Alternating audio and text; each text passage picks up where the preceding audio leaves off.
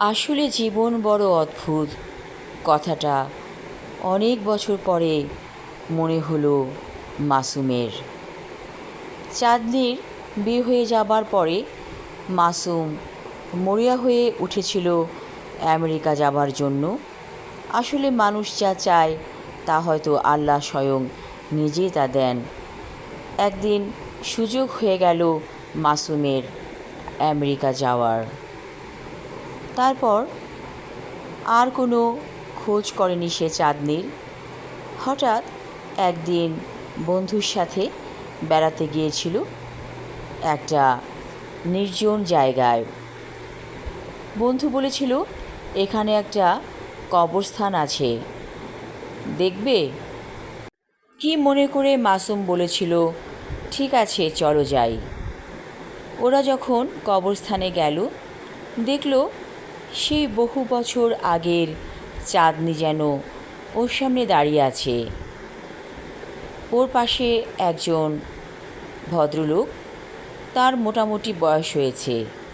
মাসুম দৌড়ে যেয়ে বলল, চাঁদনি তুমি ভালো আছো?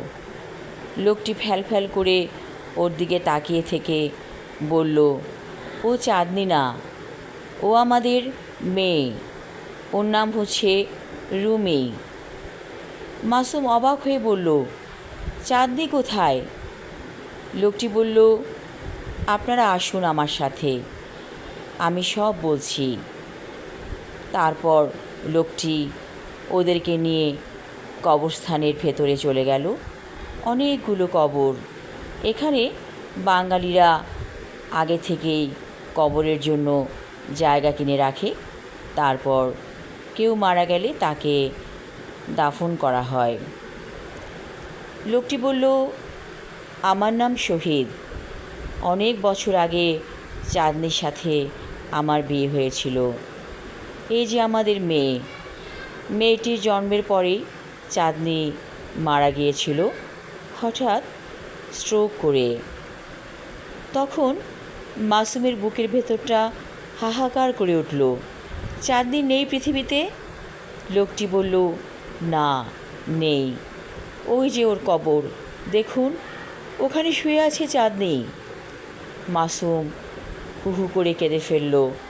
বলল, চাঁদনি তোমার সাথে আমার এভাবে দেখা হবে আমি ভাবতেও পারিনি। তখন লোকটি বলল, আপনার নাম মাসুম। চাঁদনি আমাকে সব কথা খুলে বলেছিল বিয়ের প্রথম রাতেই।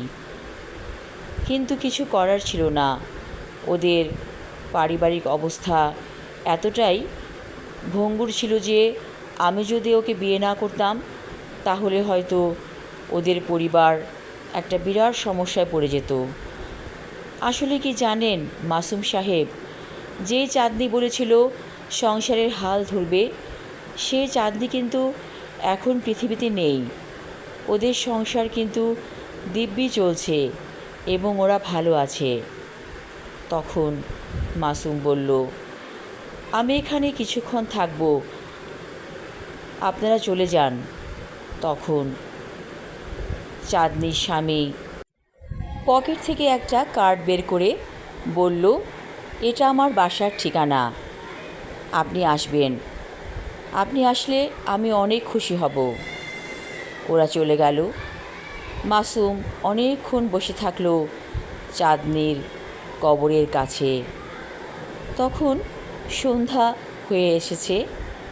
হঠাৎ করে সুন্দর একটি মিষ্টি ফুলের গন্ধ নাকে এলো। মনে হলো যেন চাঁদনি এসে পাশে বসেছে মাসুমের। মাসুম বলল, আমি জানি চাঁদনি তুমি এসেছো, কথা বলো চাঁদনি। তখন চাঁদনি বলল, তুমি ঠিকই বুঝতে পেরেছ, আমি চাঁদনি তোমার পাশে বসেছি। তুমি প্রায়ই আমার কাছে আসবে। তুমি আসলে আমি আমার আত্মায় শান্তি পাব, কারণ বিয়ের পরে আমি সুখী হতে পারিনি। আমার স্বামীর সাথে আমার বয়সের অনেক পার্থক্য ছিল এবং মন মানসিকতারও মিল ছিল না। তুমি আসবে, তুমি আসলে সত্যি আমি শান্তি পাব। মাসুম বলল, চাঁদনি তোমাকে ভালোবেসেছিলাম বলে আজও আমি বিয়ে করিনি, এখনও আমি একা আছি, আমি অবশ্যই তোমার কাছে আসব। হঠাৎ করে কে যেন কাঁধে মৃদু স্পর্শ রাখল। পেছন ফিরে তাকিয়ে দেখল মাসুমের বন্ধু দাঁড়িয়ে আছে। বলল, চলো বন্ধু, আমরা চলে যাই। কেন, তুমি যাওনি? না বন্ধু, তোমাকে রেখে আমি কেমন করে যাই? আমি ফিরে এসেছি। চলো, এই কবরস্থানে মৃত্যুর পরে মানুষ আসে, এখন আসার কোনো প্রয়োজন নেই। আর তুমি যাকে ভাবছো চাঁদনি, সে কখনোই চাঁদনি হতে পারে না। মানুষ মরে গেলে আর কোনো দিন ফিরে আসে না। আমার বোনের সাথে আমি তোমাকে বিয়ে দিব। তোমার জীবনটা এভাবে আমি নষ্ট হতে দিব না। তখন বন্ধুর হাত ধরে মাসুম ফিরে চলল। ফিরে যেতে যেতে বন্ধু বলল, মৃত মানুষের জন্য অপেক্ষা করা এটাই একমাত্র আরাধনা হতে পারে না। জীবন অনেক সুন্দর, এমনিতেই তোমার বিয়ের বয়স পেরিয়ে গিয়েছে, আর দেরি করা যাবে না। আমার বোন বড় লক্ষ্মী মেয়ে, ওকে বিয়ে করে তুমি সুখী হবে। মাসুম নীরব সম্মতি জানালো। তারা দুজন ফিরে চলল বাড়ির পথে।